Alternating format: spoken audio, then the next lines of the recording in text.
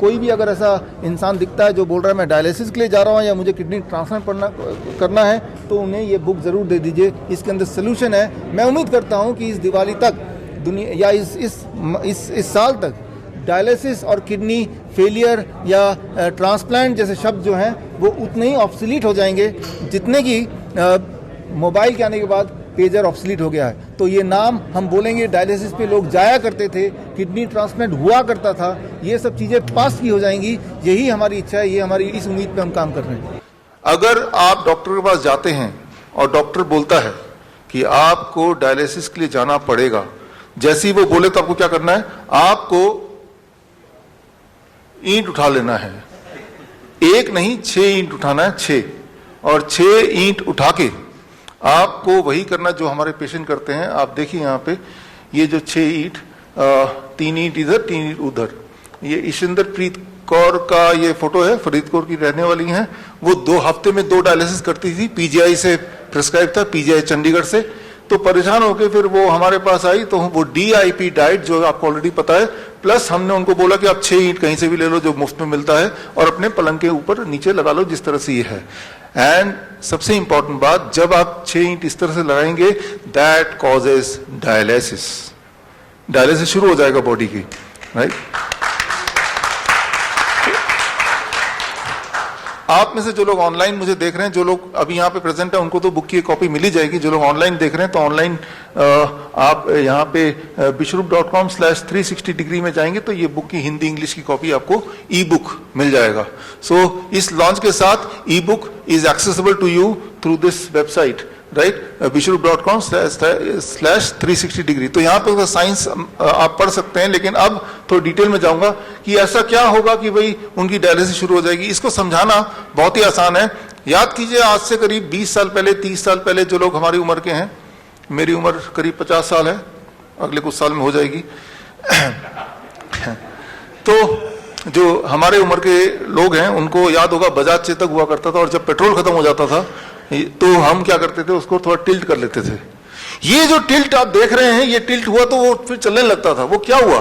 That is the force of gravity. जो बचा खुचा petrol किसी कोने में पड़ा था उस पेट्रोल टैंक के, वो बचा खुचा पेट्रोल आपने जब उसको हिलाया, वो सीधे वो इंजन में गया और उसको एक्सेस कर पाए आप। एंड इसमें आपने लॉ ऑफ ग्रेविटी यूज किया, ग्रेविटी है तो वो वहां गया और उससे आपने कम से कम अपने नेक्स्ट पेट्रोल पंप तक तो पहुंच ही गए। So that is called the science of postural medicine. आपने स्कूटर के पोस्चर को बदल दिया, राइट। तो बचा कुचा पेट्रोल है ही, तो वो एक्सेस हो गया और उसका काम इतना हो गया कि अगले पेट्रोल पंप तक पहुंच जाए, वहां तो पेट्रोल मिल ही जाएगा। ठीक उसी तरह से हमने यहाँ पे क्या किया, पोस्चरल मेडिसिन क्या होता है? इट इज ए दुनिया का जो सबसे ज्यादा अवेलेबल बड़ा सबसे ज्यादा फोर्स है, that is a force of gravity. Gravity एक ऐसा फोर्स है जो हर जगह अवेलेबल है। रेगिस्तान में मिल जाएगा, जंगल में मिल जाएगा, समुद्र के बीच में मिल जाएगा, अमीर को मिल जाएगा, गरीब को मिल जाएगा, वो कभी खत्म नहीं होने वाला।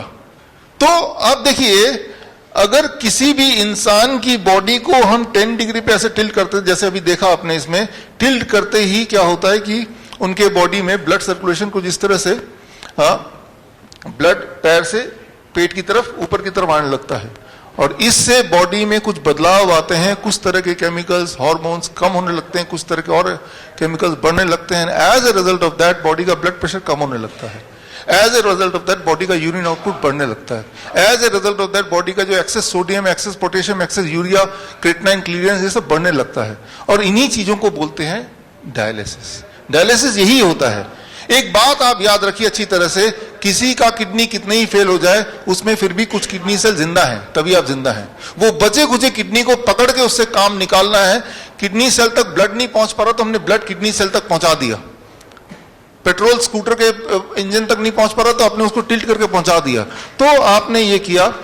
ये कोई नई बात नहीं है। हमारे जो नाइस एक्सपर्ट्स हैं, आप सब लोग जो लोग मुझे देख रहे हैं यूट्यूब में, आपने पिछले 1 साल में देखा ना, प्रोन वेंटिलेशन जिसे बोलते हैं।